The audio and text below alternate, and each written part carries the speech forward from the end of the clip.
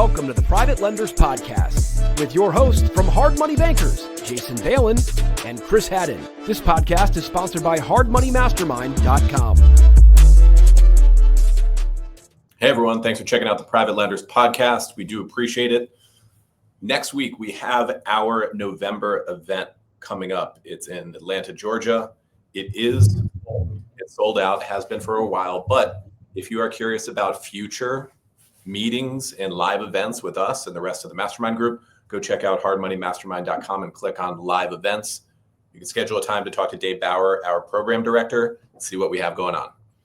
Okay, today we're talking about conversion and various upgrades that we've been making at HMB to turn more leads into deals. Because the reality is a few things. Like one, this is just a lead heavy business. That's the nature of it. There's a good chance that when some real estate investor in your market is looking for a lender, they might reach out to three of them, right? And who's going to get the deal? It's not always the one with the lowest price or the highest leverage. Oftentimes it's just going to be the most responsive lender. So that's one reason. Another reason is that, we're moving really quickly into an AI world where everything is automated. Lots of things are fake. We could have a whole, obviously, many podcasts about that topic and how it's affecting our industry. But the reality is that people still want to do business with people. And that's going to be another way which you can stand out in your market to win deals. So we're going to be talking about some human stuff and some tech stuff that we are testing and implementing real time.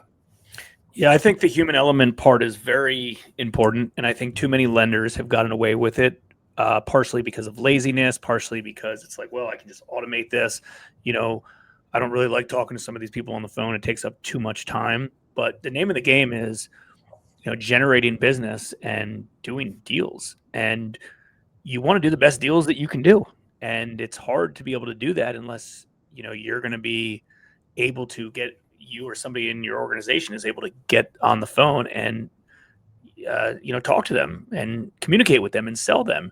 And there's two sides of it, which both need to happen. It's not just being able to sell a client and giving them good customer service. You're also using that as an opportunity to underwrite them while you're talking to them and determine if you think they have the ability to do the deal with you. And keep in mind, someone that has a relationship with you and then they default, chances are they're going to want to communicate with you again and make it right.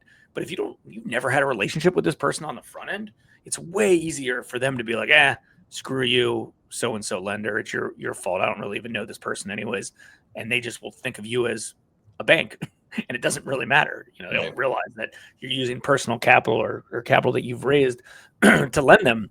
I remember, and I caught myself training somebody on this topic a few weeks or maybe a few months ago. And I think it's kind of an important lesson.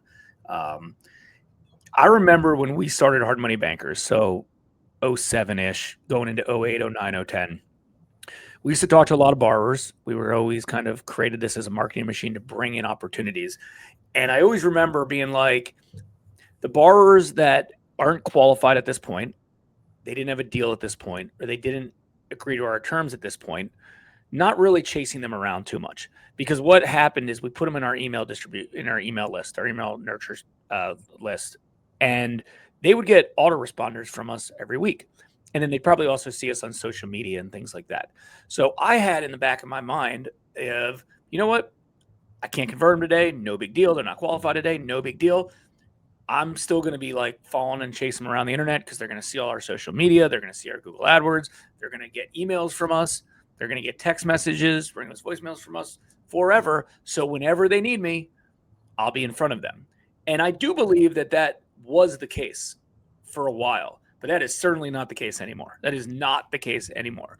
And there's proof of that because as we've set up some really badass automation machines to try to get borrowers back on the phone, I realize that, from talking to people, because they're like, oh yeah, I get your emails, I never really think I have to call, or yeah, I see your stuff here and there. But after we get them on the phone, we're selling them a deal. And this goes for repeat borrowers as well. You just assume that you do a loan for somebody and they're going to come back to you on the next deal. They're not, unless you tell them to, or you get them on the phone, or you communicate with them directly via text message or via a phone call. Emails, not enough. Them seeing your ads are not enough. You need to be proactive in order to stay in front of them. And I think we all take that for granted of like, oh yeah, I've done 5 deals for them. Of course they're going to send me the next deal. And if they don't, they're not sending me that next deal because they use Kiavi and Kiavi's cheaper and I can't compete with them anyways. So no big deal. I'll just look for a new borrower. Well, yes, you should look for a new borrower, but you should also keep that relationship with that current borrower, because that time will come that they don't want to deal with Kiavi. They don't want to deal with an institutional lender. They need to close quickly, whatever the case is. And you being in front of them the right way is important. One more last thing, and I know Chris is itching to jump back in on this topic. The best relationships that I ever had with our borrowers is when I was a small one-man operation or two-man operation, but I was I would go out and do inspections and meet these borrowers, and I built a relationship with them. I'd see them at the property. I do the upfront evaluation. I talked to them on the phone up front, right? And then I would do an evaluation, and I was out there with them. Then they need a draw 2 weeks later. I go back out there. Then another draw. Go back out there. Bring their checks to them. Every time I did a draw, like I would see them 5-6 times in a matter of every deal. You better believe that when they had that next deal ready to go, I was in front of them to get that next deal. They didn't even think about shopping around or care to shop around. They didn't need to shop around. We were always there, doing draws with them. It was an in-person thing. Now I get that's not fully scalable, and I understand that. But the key is to take online AI stuff that you can to help automate this, but don't lose out on the human element and the human touch. Understand what you should be doing offline as human interaction and what you should be automating. Yeah, I want to jump in on a few human things as well that while you were talking, I was thinking about both from the past that we did have good success with, and then also more recent things. Because the reality is like you said, we were doing inspections back in the day. We were on the road. We were meeting people. I used to bring checks with me. Pretty quickly, we started wiring construction draws. But before we were up and running on that, excuse me, I would have physical checks, and I would go do an inspection, hand them their check, right? And when you are in front of people that much, like, you know them, they know you, like the likelihood that they're going to come back to you for a loan goes way up. And then we got feedback from one borrower. I remember it's like, look, that's cool to do the inspection, but if I could get the money quicker, that would be ideal. So we're like, all right, let's switch over to wires. But anyway, other things over the years, we used to, back like pre-pandemic, we had more people in the office. Everybody worked full-time from here. Now we're kind of hybrid and people like that. So it's totally fine to stay with that. But back then we had this Friday lunch ritual for years. It probably went on for 5 years, where we had a local chef bring in a proper meal, like, entree, salad, dessert, proper meal that she would cook at her house and bring in here. And we would invite in typically it would be a new HMB borrower client to come have lunch with the team. And it worked great. Like, our team loved it. Everyone looked forward to it. They didn't have to bring anything for lunch that day. It was really good food. It was Friday. We might even pour a couple glasses of wine. Like, it was a really, really good human type of interaction. And then the chef moved away. We didn't have another good, solution for that. And then also we started obviously working, hybrid. So that kind of went away. Same with the meetup group. Like, we used to host our own meetup group, invite in all of our clients, all local real estate investors, people who were leads, anybody we could, and pack the room with over 100 people. Some we were just meeting for the first time, some we lent to many times over and over, and we were right in front of them, right? And that kind of went to the side too. We've talked about restarting that, but that's a project we may or may not feel like taking on. But then also there's some other stuff on the human side that's happening these days that we didn't have back then. For example, Zoom or Teams, FaceTime, whatever kind of video call you like to use is a really good tool. Like, we were working with a couple lawyers on some business stuff recently, and they immediately set up a Zoom call. And I thought that was a smart touch. Normally that would be a phone call, right? And a little less personal. We haven't met these guys before, so I don't know what they look like. and making it a Zoom call kind of added to the effect of the conversation. Another one, we're going to get into some tech stuff too for conversion techniques, but one of them that is kind of a mix of human interaction and tech is social media. In your market, ideally, and a lot of us slack off on this, and we're in the process of increasing our social presence using, stories and reels and shorts and stuff like that, because ideally you want the local real estate investors in your city to see your stuff on social on a regular basis. Straight up. They feel like they know you. Here's Chris. He's just on a vacation with his family. They're having a good time. On occasion, I might be sharing, some kind of business content or something like that. Maybe a clip from this podcast or another one, whatever's going on. I might do a video of what we're up to today in the office. And that goal is for local real estate investors to see my stuff, right? So that develops, it's not one-to-one interaction, it's one-to-many. But when you see, like anyone that you happen to follow on Instagram, you see enough of their stories, you kind of feel like you know them. And if it's a business sort of relationship or a business person that you follow, you kind of want to do business with them, right? So that's another kind of an important blend of what's going on these days with the tech world, and also the need for continued human interaction. Like, not all of us are turning into AI bots. We're going to continue to be humans. We're going to continue to work with humans. And I think we need to double and triple down on that effort. So we used to have a rule in our office related to all of our salespeople that they had to go meet the borrower. They have to go to the property, or they meet the borrower, or bring them in here to create the relationship. And we've got away from some of that stuff. And, I hate to say that we've gotten away from some of these things, because if I'm bringing it up, it's obviously important. And, it'd be nice to still implement some of those things. But regardless, we changed it to, if you're not meeting them in person, you need to do a Zoom call with them, and not just a phone call, right? It helps you and it helps them at the same time. It just does. You have a real human interaction with people. Like, it goes a long way. A lot of people these days, like, a phone call to them seems like Zoom. I'll hit up people in the Mastermind group, or people in the Mastermind group will hit me up and be like, hey, can I borrow 5 minutes of your time? I'm like, sure. Can we do it at this time? They're like, sure. Can you send me a Zoom link? It's not even like, can I call you? It's send me a Zoom link and we'll just do it. And we're not sharing screens or anything. We're just having a conversation. So think about that. I think that goes a long way. If you can't meet your borrowers, every contact, every potential call that you do, try to do it via Zoom. And I know it takes a little bit more time, but I think your return on your time and return on your investment is probably better when you're doing the face-to-face. So a few things that we've done recently that we've seen some very good results from so far has been, using a calendar scheduler to try to get people to schedule a call with us for deals that they're working on. So before, our call to actions were, fill out a loan application, email us, or email your deal, call into this number.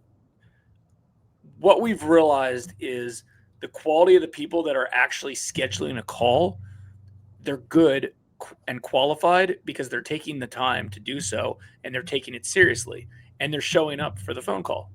And again, that the calendar can be a Zoom link or it can be a phone call, but point is they're doing so. So if you've seen any of our recent email broadcasts, if you're on our main, distribution Hard Money Bankers list that we send out, the call to action is not like email us your deal, fill out a loan application, call this number. It's schedule a call, and we'll chat, and we'll see, and we're happy to chat. And I know that a lot of naysayers I don't want to talk to too many people that are going to be disqualified. I have a very niche box. We have a very niche box too. If you want, you can also put call qualifier questions in that form, right? Like, what area is your property in? Or whatever, it can be like a mini loan application / call form. But we've said this over and over again, and I repeat this literally every day to our team. If you're having good calls with real estate investors every day, that's a successful day, and good things are going to happen. If you're having real conversations with real estate investors, that's the goal of this game. They will turn into leads. And to Mac Daddy this process up a little bit more, you can use in call schedulers and in, trying to get a hold of people, you can use automation with auto texts and auto emails and reminder texts and reminder emails, any way that you can to try to make sure you can get people on the phone, ideally on a face-to-face Zoom call. Yeah, it's interesting how this stuff is evolving. And also I want to emphasize that a number of the things that we mentioned, we're testing right now. Like, this is not necessarily set in stone. This is evolving. We're using new tools, at least tools that are new to us. And, determining the quality, talking frequently with our team of originator partners on how this is going, what's the best call to action. Like, it has evolved over time. Like, back in the day, you could be a lazy originator and be like, just go fill out a loan application. I'll take a look at it. And if it seems like a good one, I'll give you a call, or not. Right? Because there was way less capital in the market. There's way less competition back then. And you could get away with it just by having capital made you in a really important lender. And that's totally not the case anymore. It's completely the opposite. So what can we do to bring more real estate investors our way? What can we do to make sure they come back for the next deal? Keep in mind that one of the best parts of this business model is the repeat borrower thing. You can pay some money, like via ad spend or whatever it might be, to acquire a customer once, and then you can lend to them 3 times, 5 times, 10 times. And that's really the goal, is to have a stable of awesome local real estate investors who are coming to you when they need financing on their residential or commercial deals.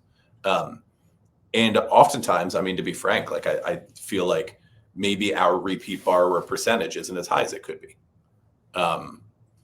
Why is that? Anyway, kind of rambling a little bit. This is all the stuff that we've been working on real time to try to do more deals, to try to, compete well against all the capital out there. Everybody's a lender, right?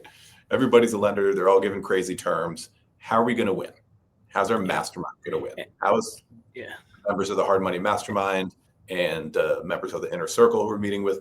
We're going to be talking about this next week extensively, because we've heard feedback from the mastermind members who are coming to Atlanta that it's hard to win deals.